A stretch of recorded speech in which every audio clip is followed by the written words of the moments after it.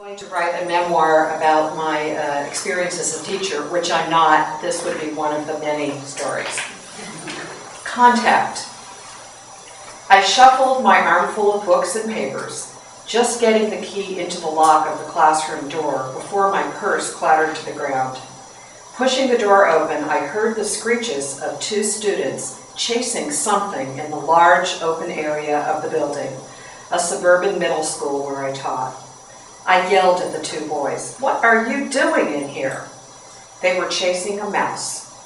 Rodent pursuit. What a great way to start the day.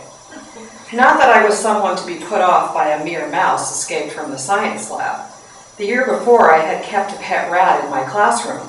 Scooby liked to eat out of my hand and run races on my arms and shoulders. Owning a rat was not without its problems. When I discovered there was no heat on weekends, I had to take Scooby home, where my boyfriend avoided the room with the cage as if it were posted bubonic plague. Then a student brought her pet rat to visit and put the two rats together in one cage for a while. Several weeks later, I was looking for homes for a brood of adorable babies. The point, however, is that I was not afraid of a mouse. I knew that I could safely pick the mouse up by its tail and rescue him from two hysterical kids.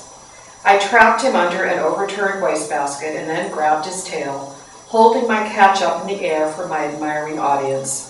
The mouse, with the skills of an Olympic gymnast on the rings, raised his upper body and sank his 3/4-inch long canines into my finger.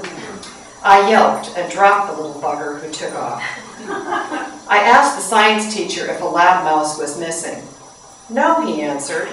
"All present and accounted for. Must have been a field mouse." I notified the principal, who called animal control. I called the Kaiser advice nurse, who asked, no kidding, "How healthy did the mouse appear?" She told me to get a tetanus shot. Animal control showed up while I was teaching and set a live trap. The next day, I heard a mouse had been caught, who knew if it was the same one, and taken for observation. Thoughts of rabies were somewhere in the back of my head, but I got my tetanus shot and went on with my life. 3 weeks later, while I was teaching, the outside door to my classroom opened. There stood a serious fellow in a khaki uniform with a stance that announced law enforcement. "You the person who got bit by the mouse?"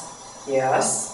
"Well, miss, I'm happy to tell you the mouse didn't have rabies. He died of natural causes." "What?" "You see, because you touched him, you exposed him to your human bacteria. That's probably what killed him."